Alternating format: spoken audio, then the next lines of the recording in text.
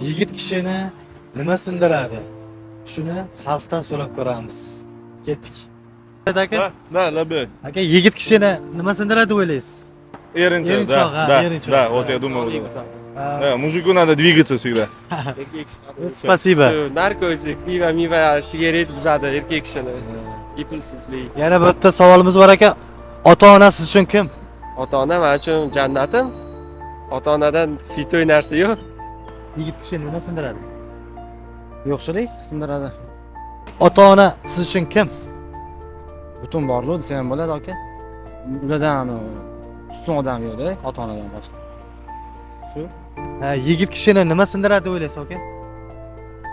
Ko'p narsa asosan pulda. Puli kam bo'lsa o'sha o'rtoq ham yo'q. Pulga hamma oshna. Aka, yana bitta savolimiz. Ota-ona siz uchun kim? Ota-ona ham buyuk insonlar. Ota-onam o'tib ketganlar endi. Ota-onasi kim bo'lsa qabrga yetishsin.